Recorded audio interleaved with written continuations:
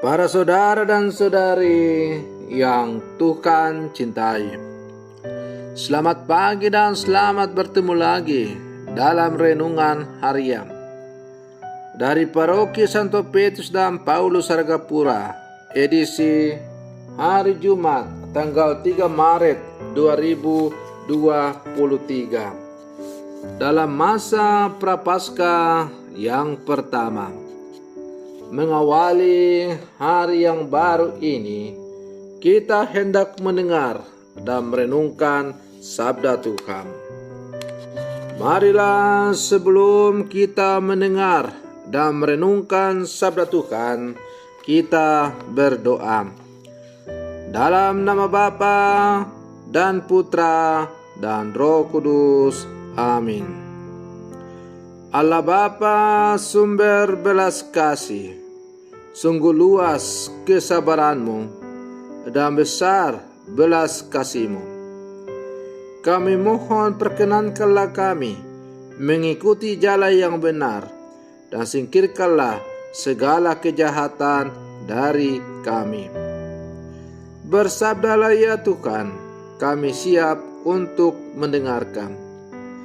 Terpujilah Engkau Bapa, Putra dan Roh Kudus, kini dan sepanjang segala masa. Amin. Para saudara dan saudari yang Tuhan cintai, sabda Tuhan yang hendak kita dengar dan kita renungkan untuk mengawali hari yang baru ini, hari Jumat dalam masa Prapaskah yang pertama, diambil dari Injil Matius pasal 5 ayat 20 sampai 26. Tuhan bersamamu. Inilah Injil suci menurut Matius. Dalam khotbah di bukit, berkatalah Yesus kepada murid-muridnya, "Jika hidup keagamaanmu tidak lebih benar daripada hidup keagamaan ahli-ahli Taurat dan orang-orang Farisi, kalian tidak akan masuk ke dalam kerajaan surga. Kalian telah mendengar apa yang difirmankan kepada nenek moyang kita, jangan membunuh. Siapa yang membunuh harus dihukum. Tetapi aku berkata kepadamu, setiap orang yang marah terhadap saudaranya harus dihukum. Barang siapa berkata saudaranya kafir, harus dihadapkan ke mahkamah agama. Dan siapa yang berkata jahil, harus diserahkan ke dalam neraka yang menyala-nyala.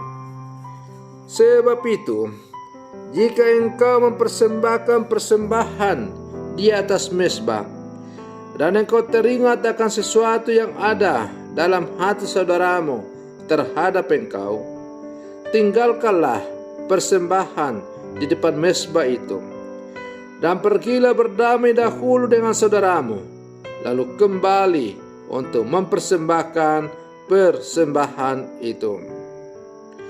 Segeralah berdamai dengan lawanmu selama engkau bersama-sama dengan dia di tengah jalan, supaya lawanmu itu jangan menyerahkan engkau kepada hakim, dan hakim itu menyerahkan engkau kepada pembantunya, dan engkau dilemparkan ke dalam penjara.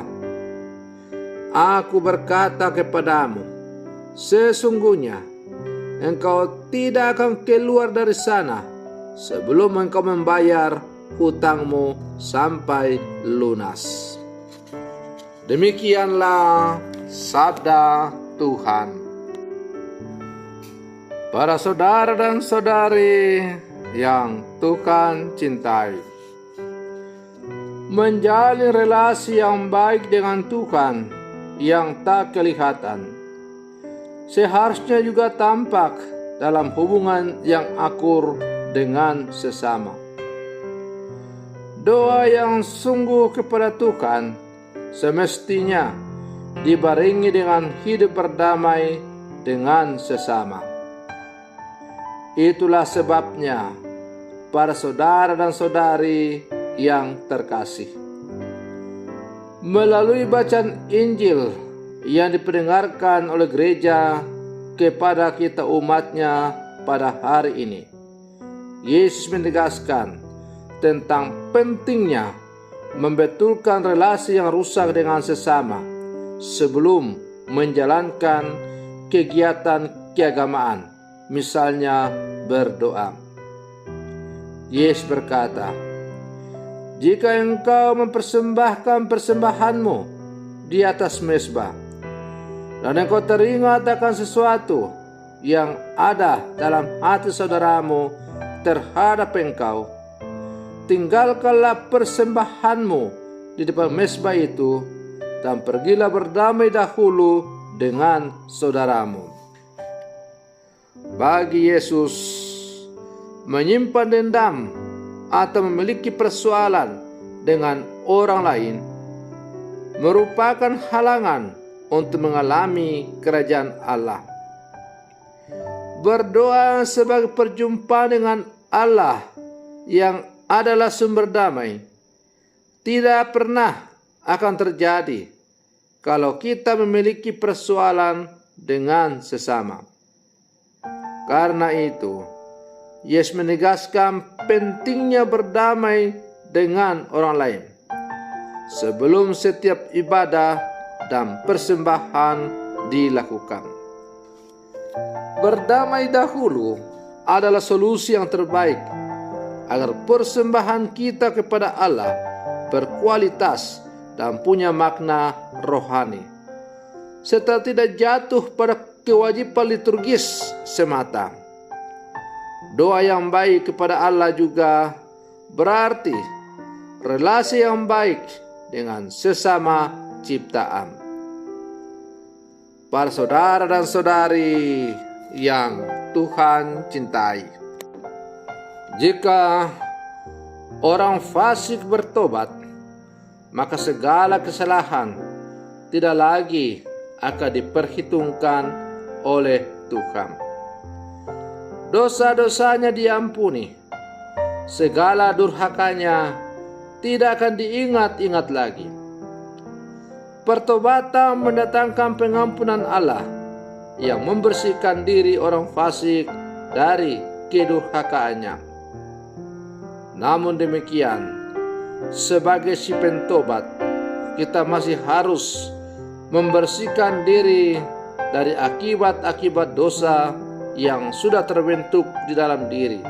Misalnya, keterlekatannya pada kehidupan objek dosanya, sikapnya yang tidak berpihak pada Allah, kecenderungannya untuk memilih kenikmatan yang ditawarkan dunia, dan lain-lain.